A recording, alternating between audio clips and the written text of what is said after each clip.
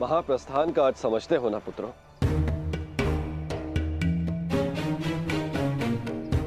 महाप्रस्थान का अर्थ है कि तुम इस संसार को त्याग कर परलोक जाना चाहते हो।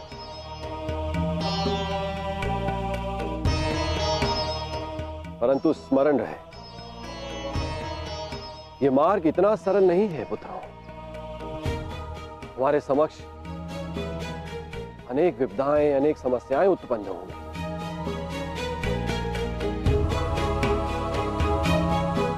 और तुम्हारे संरक्षक इंद्र के रहते हुए यह कैसे संभव है?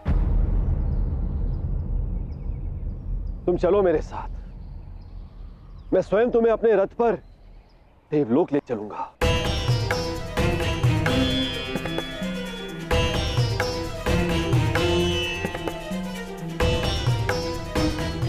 आपका हमारे प्रति ये प्रेम गदगद कर देने वाला है इंद्रदेव, परंतु हम आपके साथ जाएंगे या नहीं, इसका निर्णय स्वयं इंद्रपुत्र लेंगे।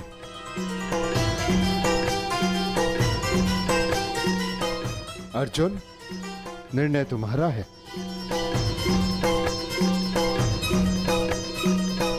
पिताश्री, हम पूर्ण रूप से देव नहीं, हमारे भीतर आधा अंश मानवों का है और मनुष्य को परलोक तक पहुंचने के लिए यात्रा करना अनिवार्य है। हम मनुष्य की पीड़ा और समस्याएं सहते हुए महाप्रस्थान करेंगे।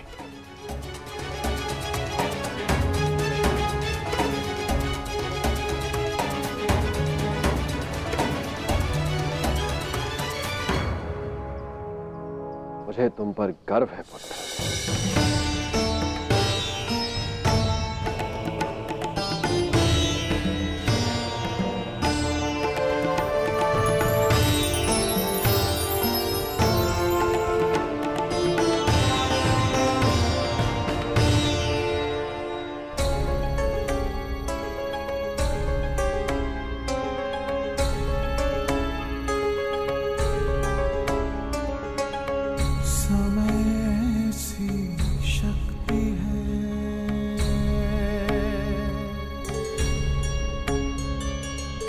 सभी समय से हारे,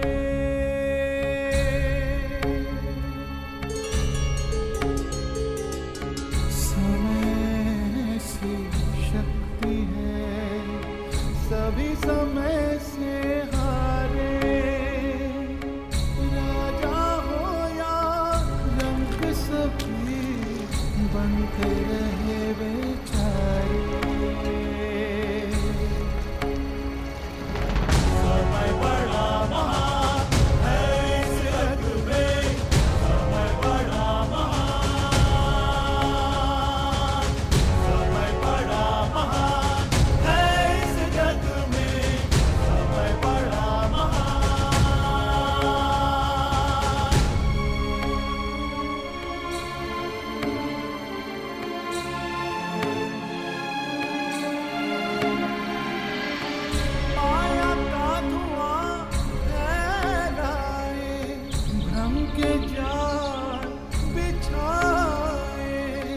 मन में घृणा द्वेष भरे, फिर अपनों को लड़वाए।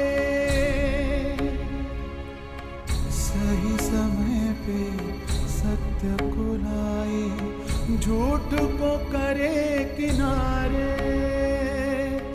राजा हो या रंक सभी बनते रहे बेचारे, बनते रहे बेचारे। समय बड़ा महान है इस जग में, समय बड़ा महान,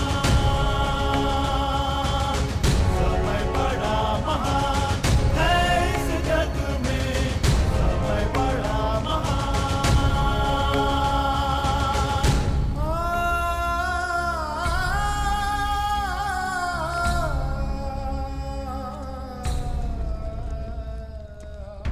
हट हट।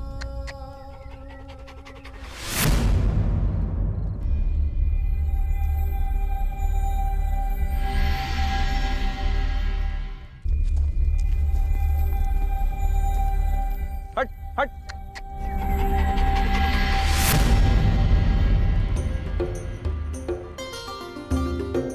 देखिए ना ज्येष्ठ, कब से ये कुकुर हमारा पीछा कर रहा है। जाओ, हमारे पास तुम्हें देने के लिए कुछ भी नहीं है।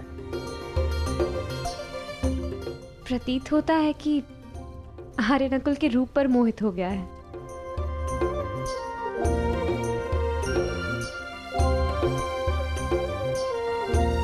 हट। रहने दो नकुल। यदि ये भोला जीव साथ आना चाहता है तो इसे आने दिया जाए।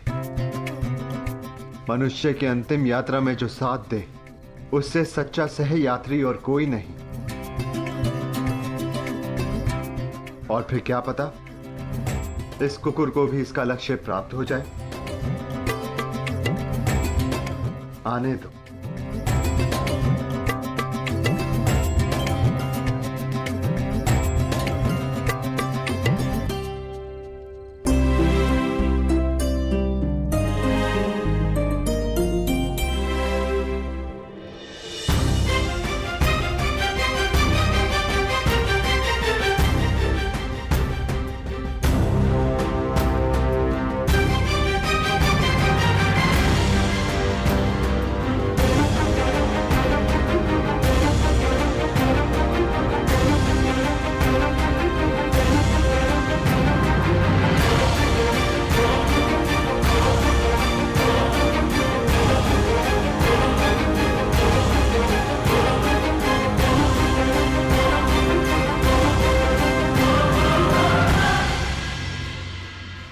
ज्येष्ठ, ऐसे कठिन चढ़ाई हम कैसे चढ़ेंगे? मार्ग अब दुर्गम नहीं, अगम हो गया है और किस ओर जाना है इसका भी कोई भान नहीं।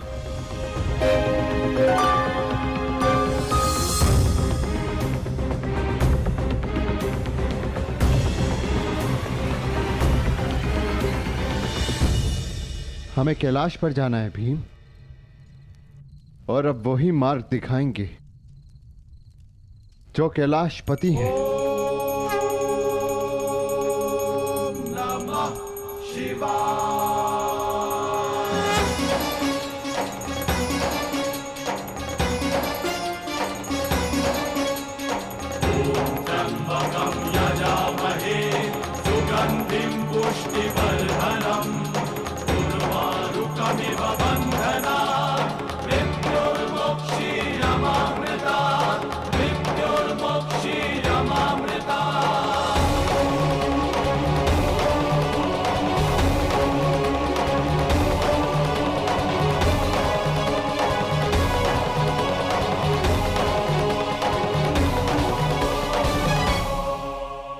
ओम नमः शिवाय। शिवाय।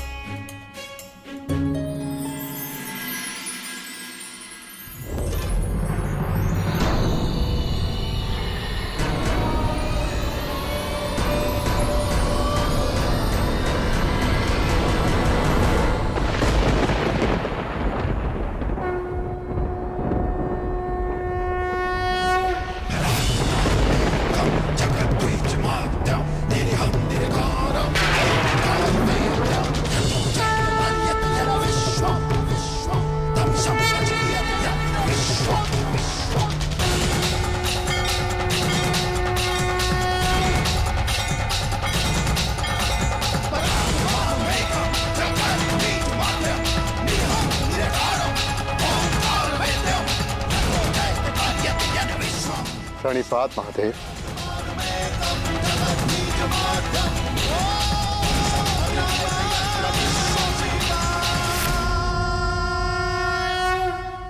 तपस्या तो सभी करते हैं, परंतु अपने कर्म में रत रहकर भी जो ईष्ट का स्मरण करे वही वास्तविक तपस्वी है युधिष्ठिर। तुम सबने एक क्षण भी मेरा ध्यान नहीं त्यागा। मैं प्रसन्न हुआ। यहाँ पृथ्वी का छोर आ गया है पांडुपुत्रों। इससे आगे का मार्ग इहलोक को जाता है।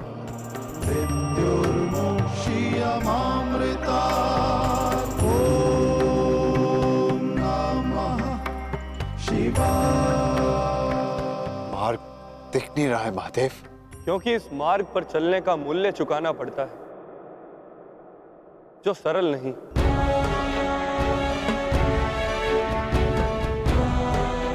इस मार्ग पर जाने के लिए सब कुछ त्यागना पड़ता है, वो सब जिसकी आवश्यकता उस लोक में नहीं। हर भाव, हर गुण, हर अवगुण, हर शक्ति, सब कुछ त्यागना होगा।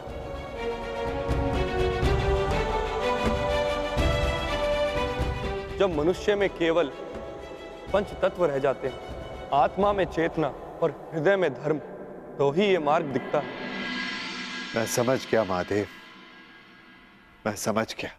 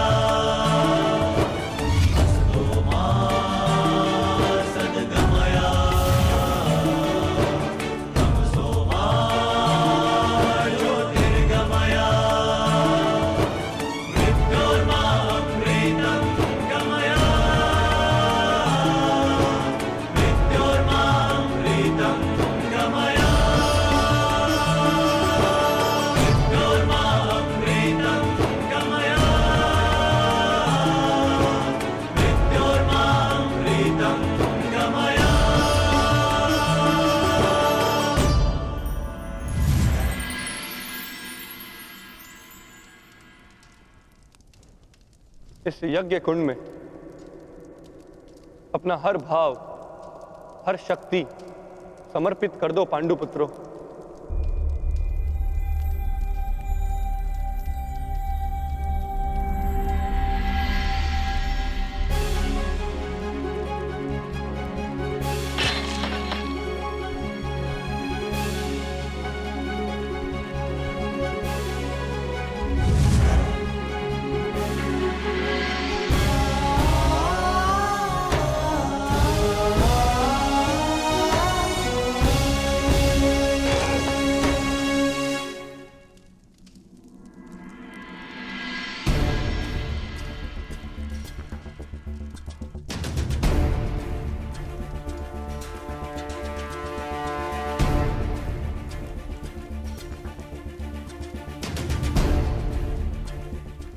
मैं इस गांडीव का और उन समस्त शस्त्रों का परित्याग करता हूं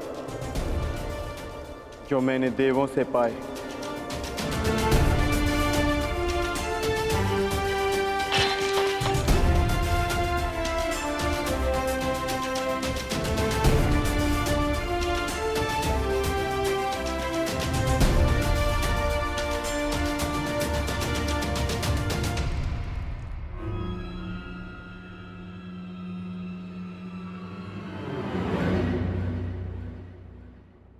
ज्येष्ठ, मार्ग तो अभी भी प्रकट नहीं हुआ। तुम्हारी बारी है पांचाली।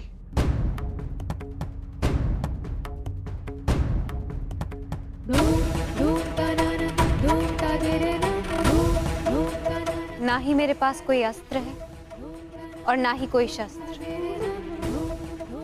परंतु मैं अपने हृदय की अग्नि, अपनी सभी आकांक्षाओं और सभी भावनाओं को इस पवित्र अग्निकुंड में समर्पित करती हूँ।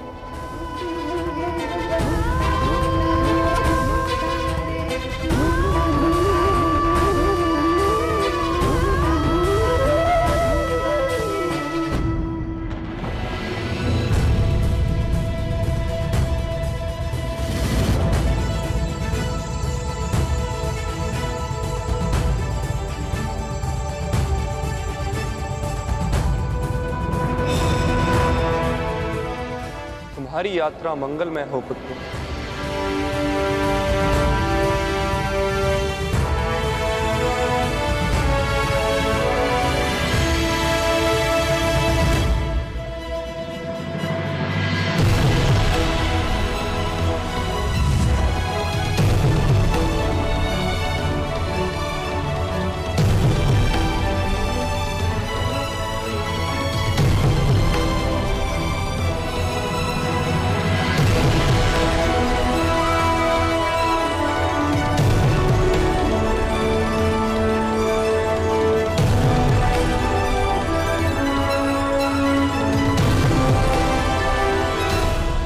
ये क्या कर रहे हैं ज्येष्ठ?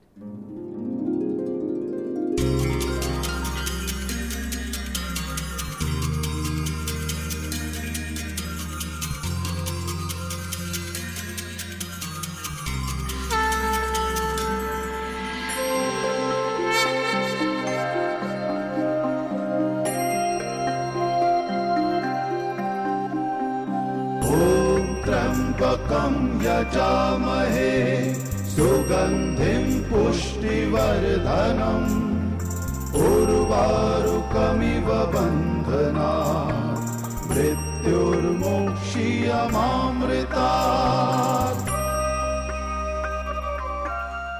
यहाँ महादेव ने हमें जीवन का अर्थ समझाया है। सुगंधिं पुष्टिवर्धनम्। अब से इस स्थान को केदारनाथ के नाम से पुकारा जाएगा।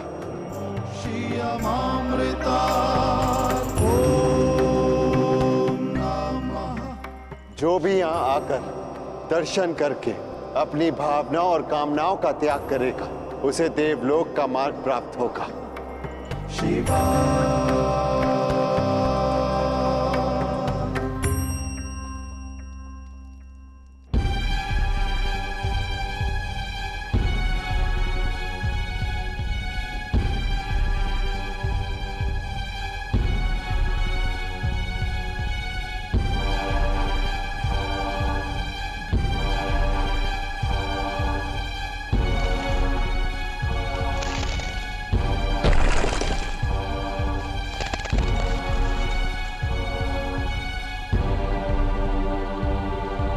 अब क्या करें ज्येष्ठ? आगे कोई मार्ग दिखाई नहीं दे रहा और ये चढ़ाई और भी कठिन होती जा रही है। आर्य, अब तक हर समस्या में मैं आप लोगों से आगे बढ़कर मार्ग ढूंढती आई। मैं आगे जाकर देखने का प्रयास करती हूँ।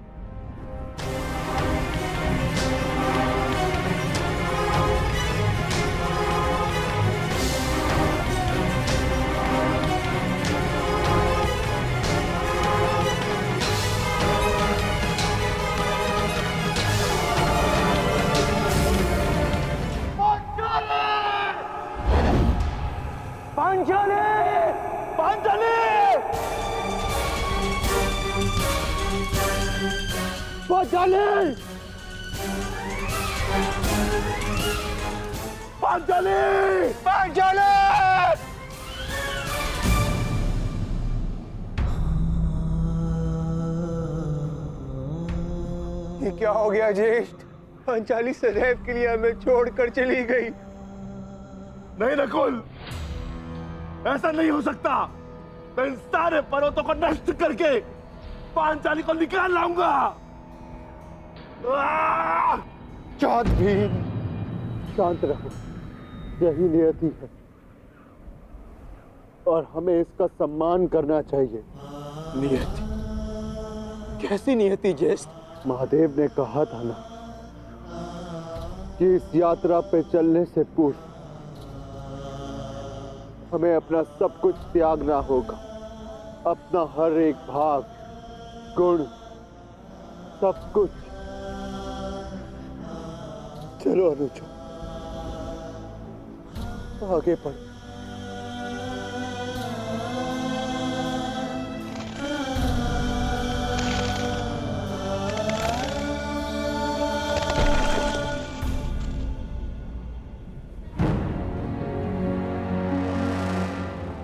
देखिए ज्येष्ठ, कितना सुंदर पुष्प है।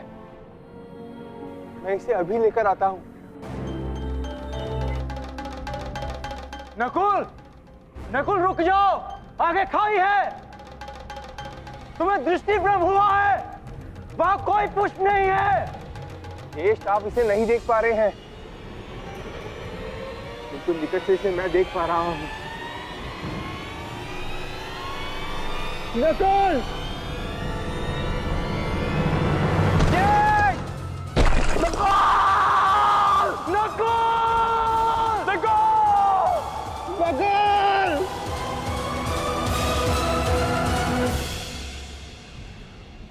यही नकुल की नियति थी। उसे स्वयं की सुंदरता से बड़ा मोह था और वो सुंदरता के मोह से ही अंत को प्राप्त हुआ। वो अपने मोह के भाव को नहीं त्याग पाया और इसी कारण उसका अंत हुआ।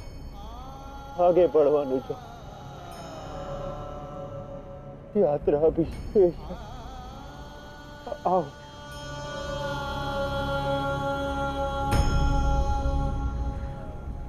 आओ अनुजा।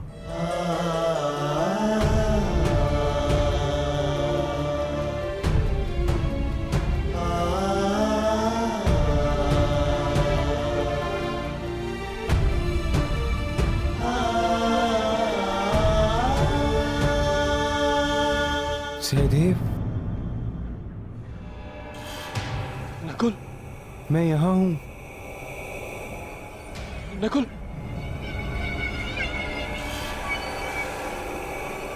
सहदेव, रुक क्यों गए? आगे बढ़ो, मुझे तुम्हारी आवश्यकता है। ज्येष्ठ नकुल जीवित है।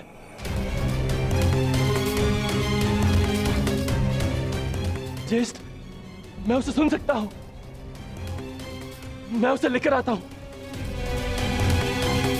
अनुज, देखो, ये तुम्हारा भ्रम है। भ्रम?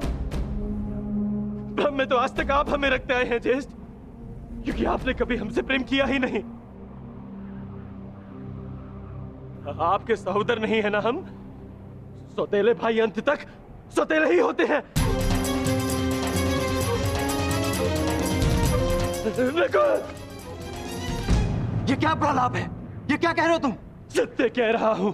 आपको नकुल के जाने का कोई दुख नहीं, क्योंकि मैं और वो आपके सगे भाई नहीं है। नहीं सहदेव, ये क्या?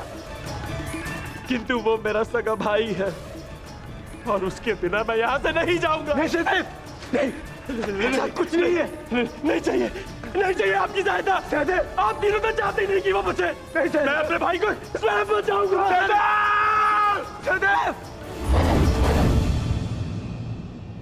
सहदेव!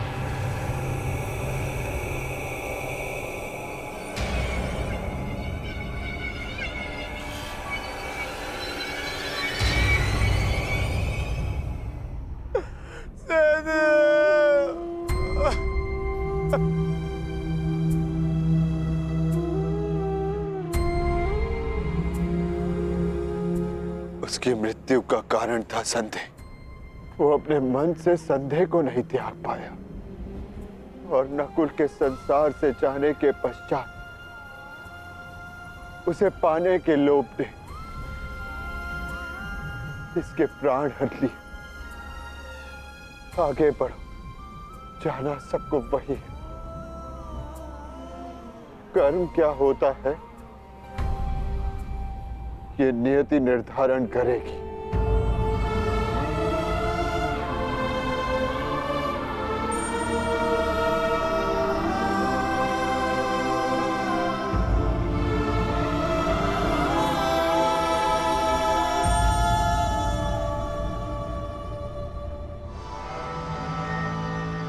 ज्येष्ठ, आगे कुछ भी दिखाई नहीं दे रहा है।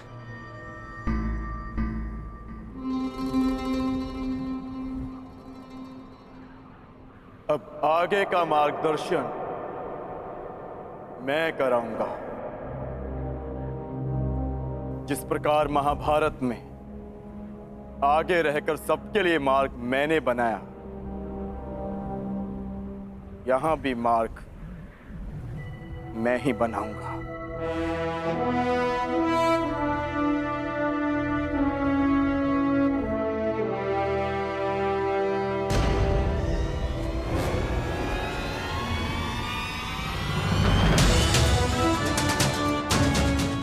बहुत बहुत विहल खाई है। हम इसे कैसे पार करेंगे?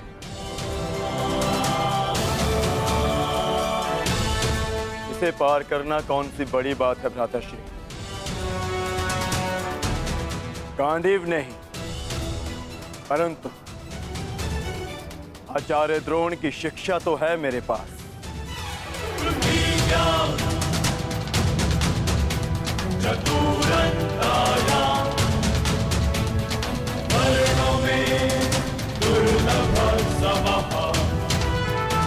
इच्छास्त्र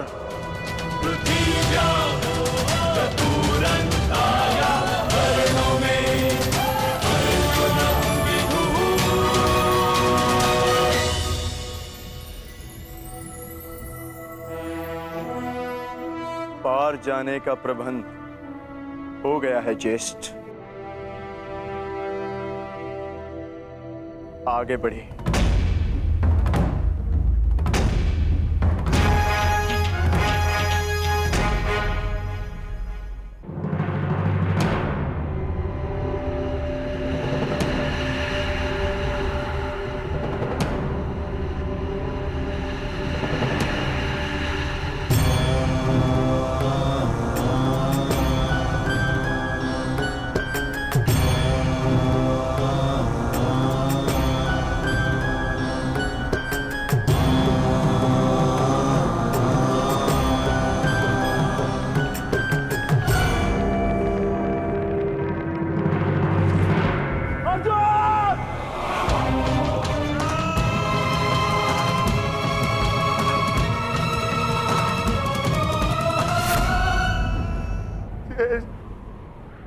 अब अर्जुन क्यों? क्योंकि उससे मत था कि उससे श्रेष्ठ कोई नहीं। केदारनाथ में वो अपने मत को नहीं त्याग पाया, इसीलिए वो अंत को प्राप्त हुआ। आगे बढ़ो अनुज, यात्रा शेष है। बस बहुत हो गया ज्येष्ठ। मार्ग काय ढूंढते हैं? मैं पवन पुत्र हूँ, श्री हनुमान का अनुज हूँ। मैं अपने स्वयं के बल से मार्ग बनाऊंगा, नष्ट कर दूंगा इन सारे पर्वतों को।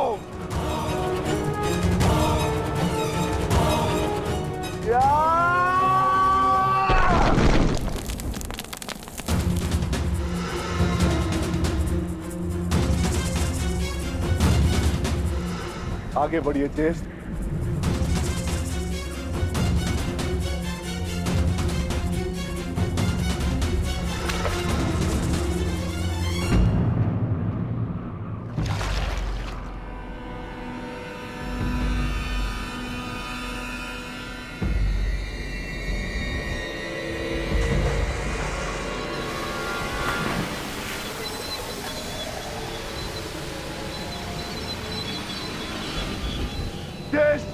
मुझे बचाइए।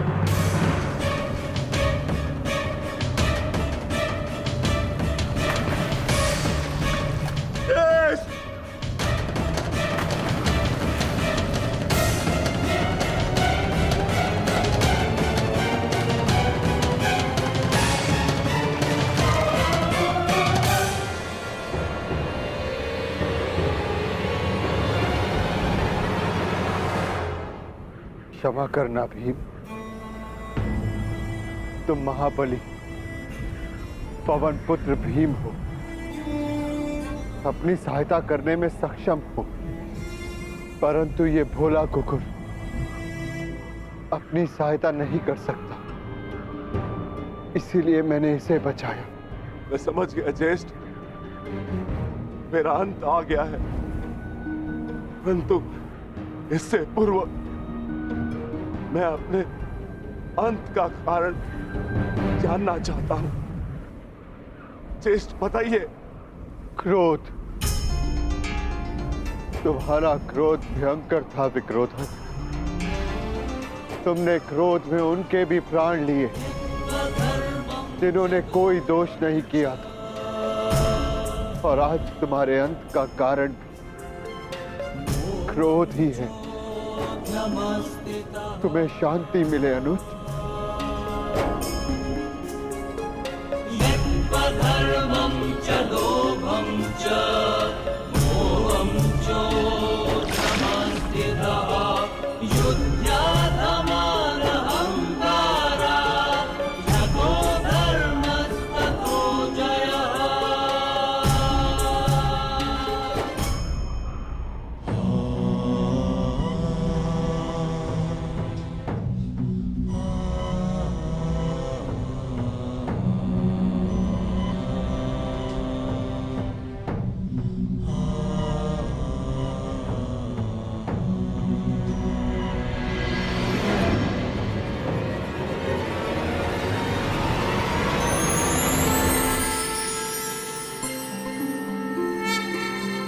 तुम्हारा स्वागत है युधिष्ठिर।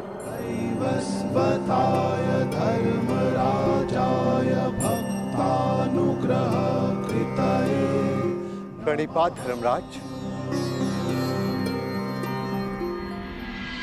इस परलोक की यात्रा में तुम काम, क्रोध, मोह, लोभ सबसे विरक्त रहे, इसलिए तुम्हें सशरीर स्वर्ग में प्रवेश करने का वरदान मिलता है। तुम्हारे भाई और पत्नी अपने गुण अवगुण शक्ति का मत नहीं छोड़ पाए, इसलिए वो यहां तक पहुंचने में असक्षम रहे। ये एक सीख है युधिष्ठिर कि अपना परम स्थान पाने के लिए सब कुछ त्यागना पड़ता है। आओ भीतर चले आओ।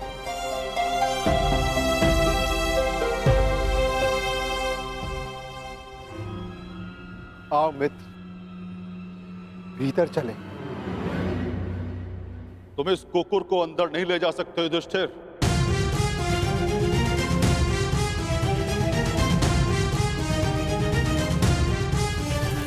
क्षमा कीजिएगा धर्मराज, परंतु जिन कठिनाइयों से जिस प्रकार मैंने इस यात्रा को पूर्ण किया है, उसी प्रकार इस कुकुर ने भी इस यात्रा को पूर्ण किया है। और हर यात्री को लक्ष्य तक पहुंचने का फल अवश्य मिलना चाहिए। मैं इस कुकुर को छोड़कर नहीं जाऊंगा। जो अंत तक साथ दे वही धर्म है, और इस नाते ये कुकुर मेरा धर्म है। मैं युधिष्ठिर अपने धर्म को त्याग कर स्वर्ग की कामना भी नहीं कर सकता धर्मराज। आप आज्ञा दें, मैं लौट जाऊंगा।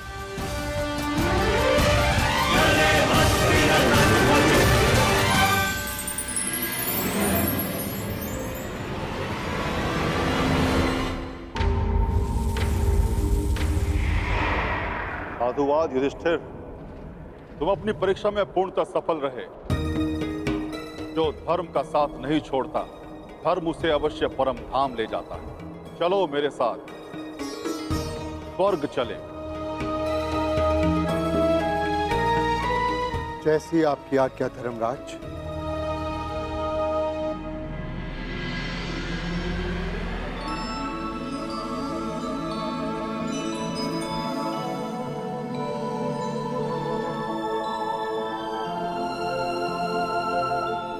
आओ युधिष्ठिर आओ। इस स्वर्ग में तुम्हारा स्वागत है।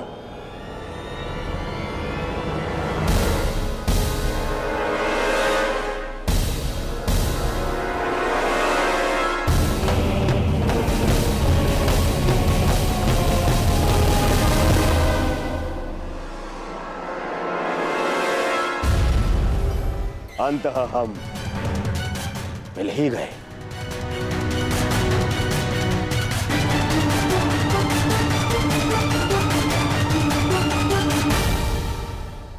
अरे किंतु तुम अकेले क्यों आए? तुम्हारे बाकी पांडव और पांचाली उन्हें कहां छोड़ाए? उन्हें साथ नहीं लाए? अरे कहीं ये भय तो नहीं था कि मैं दोबारा तुम्हारे भाइयों को दास बना दूंगा और द्रौपदी को दासी। हाँ?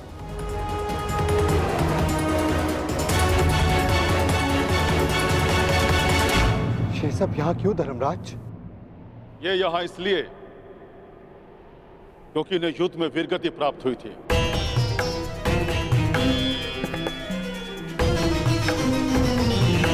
और ये पहले से निश्चित था कि जो कुरुक्षेत्र में वीरगति प्राप्त करेगा उसे स्वर्ग में स्थान मिलेगा। परंतु मेरे भाई और पांचाली कहाँ है धर्मराज? मुझे उन्हें देखना है। आओ मेरे साथ।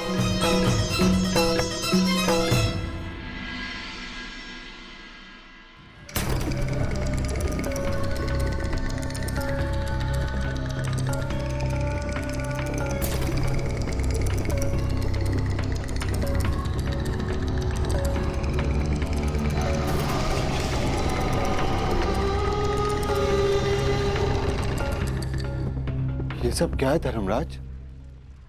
कैसा स्थान है ये? ये नर्क है युधिष्ठिर। नर्क? नर्क।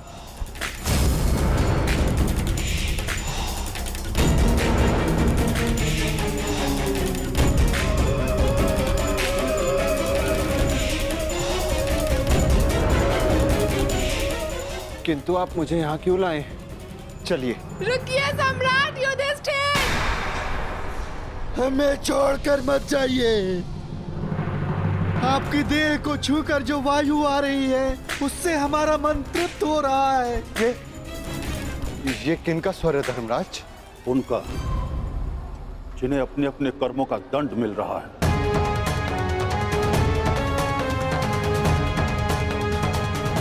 मैं उनसे मिलना चाहता हूं। चलिए मेरे साथ।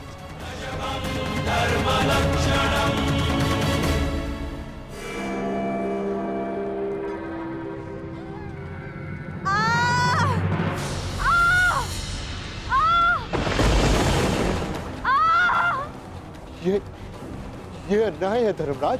पांचाली ने पाप नहीं किया था, उसके साथ पाप हुआ था। नहीं धर्मराज, तुम भूल रहे हो। पांचाली ने दुर्योधन का अपमान किया राजसूय यज्ञ में।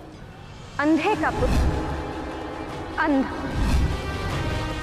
परंतु उसने दुर्योधन के साथ साथ धृतराष्ट्र का भी उपहास उड़ाया था। हर क्षेत्र में निपुण होने के पश्चात भी और स्वयंवर में बुलाए जाने के पश्चात भी कर्ण को अस्वीकार कर दिया। ये शरसंधान नहीं होगा, क्योंकि मैं एक सूत पुत्र से विवाह नहीं करूंगी। ये वही दर्प की अग्नि है जो इसे जला रही है।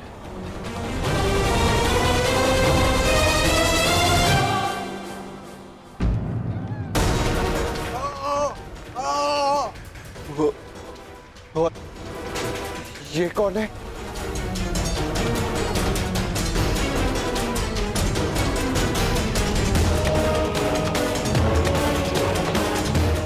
अपना बचपन स्मरण करो युधिष्ठिर, और स्मरण करो धनुर्विद्या के महारथी बालक का, जिसने अभ्यास में विघ्न डालने वाले श्वान का मुख बाणों से भर दिया था।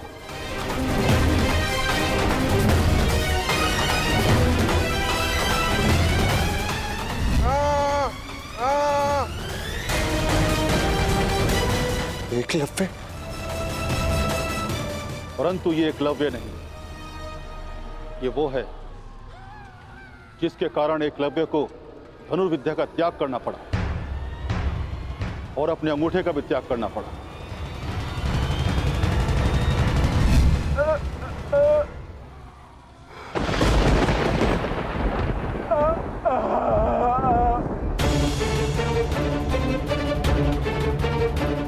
अर्जुन। अर्जुन की इसी लालसा के कारण एकलव्य को बहुत कुछ खोना पड़ा। वही पाप अर्जुन को इस परिस्थिति में ले आया है। तो फिर भीम का है धर्मराज? भीम उधर है।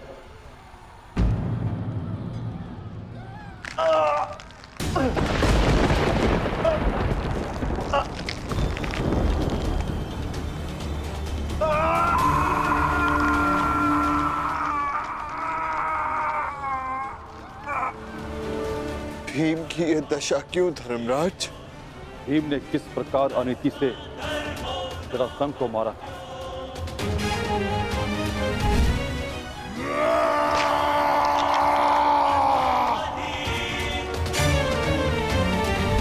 और किस प्रकार दुर्योधन की जंगा तोड़ी थी।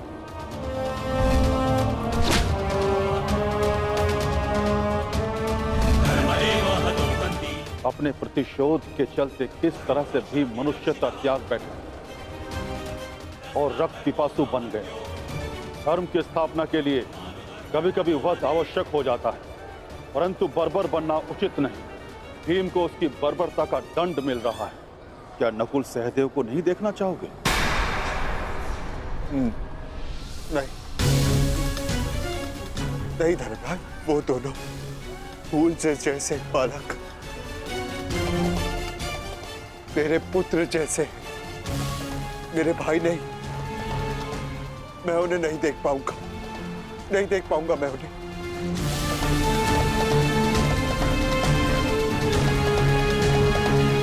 तो स्वर्ग चलें युधिष्ठिर?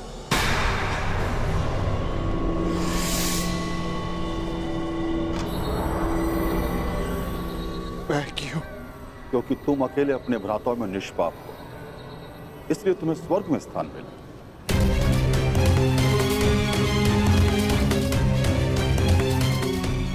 नहीं नहीं धर्मराज, मैं अपने भाइयों को छोड़कर नहीं जाऊंगा। यदि उन्होंने कोई अनीति की है तो उसका कारण मैं, एक ज्येष्ठ होने के नाते मेरा कर्तव्य था कि मैं अपने भाइयों को, अपने परिवार को उचित मार्ग दिखाऊं। मैं अपने परिवार को छोड़कर नहीं जाऊंगा यहां से। जहां मेरा परिवार रहेगा वही मेरे लिए स्वर्ग है। मैं यहीं रहूंगा धर्मराज, यहीं।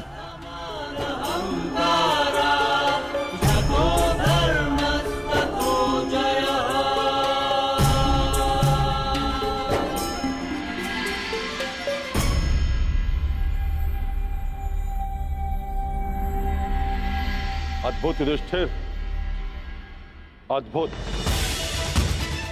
तुम्हारे कर्मों में केवल एक पाप था धर्मराज युधिष्ठिर। तुमने अपने गुरु द्रोणाचार्य से अश्वत्थामा के लिए आधा सच कहा, और वो आधा सच पूरे झूठ से बढ़कर था। इसलिए तुम्हें ये यातना दी गई। तुम्हारे सभी भ्राता और समस्त परिवार वहां है, स्वर्ग में, तुम्हारे स्वागत के लिए।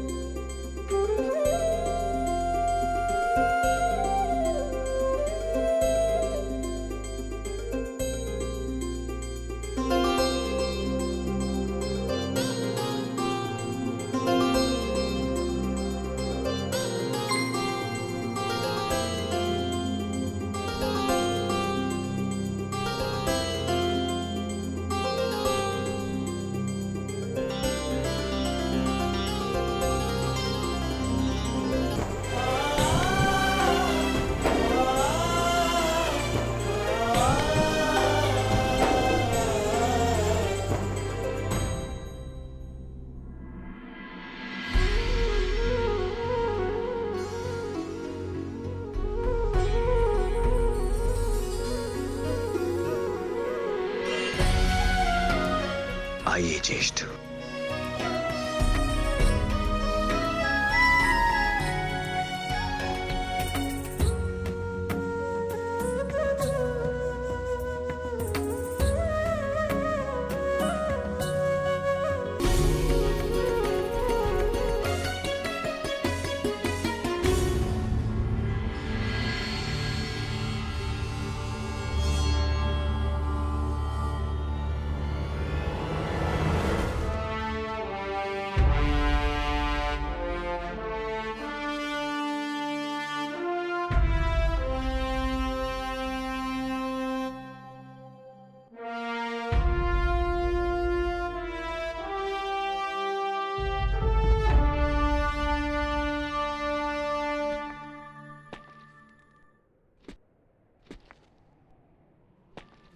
दिव्य दृष्टि से बाण शक्ति से जीते ये सारा रण।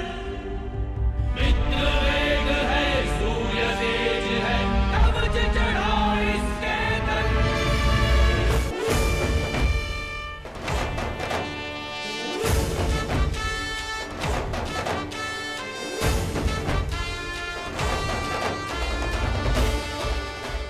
ज्येष्ठ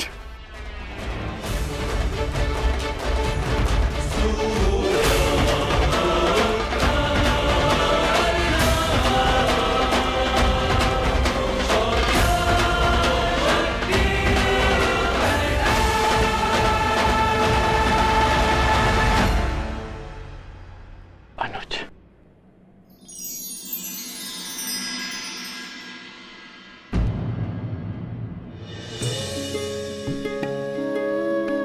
माधव,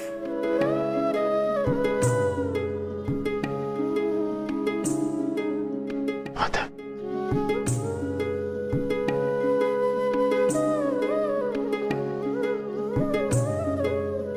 हाँ धर्मराज, और देखो आज सारे 106 भाई एक साथ स्वर्ग में हैं, और यदि धरती पर ये सारे 106 भाई एक साथ होते तो धरती को स्वर्ग बना देते। युद्ध सदैव अंतिम प्रयास होता है। प्रथम प्रयास सदैव प्रेम होता है। प्रेम से संब्रह्म जन्म लेता है और संब्रह्म से आदर, आदर से करुणा, और जब मनुष्य में करुणा होती है तो वो एक दूसरे की आवश्यकताएं समझता है, उसकी पीड़ा समझता है, उसके निर्णयों का सम्मान करता है। और जहां एक दूसरे के लिए सम्मान हो वहां युद्ध के लिए कोई स्थान नहीं होता।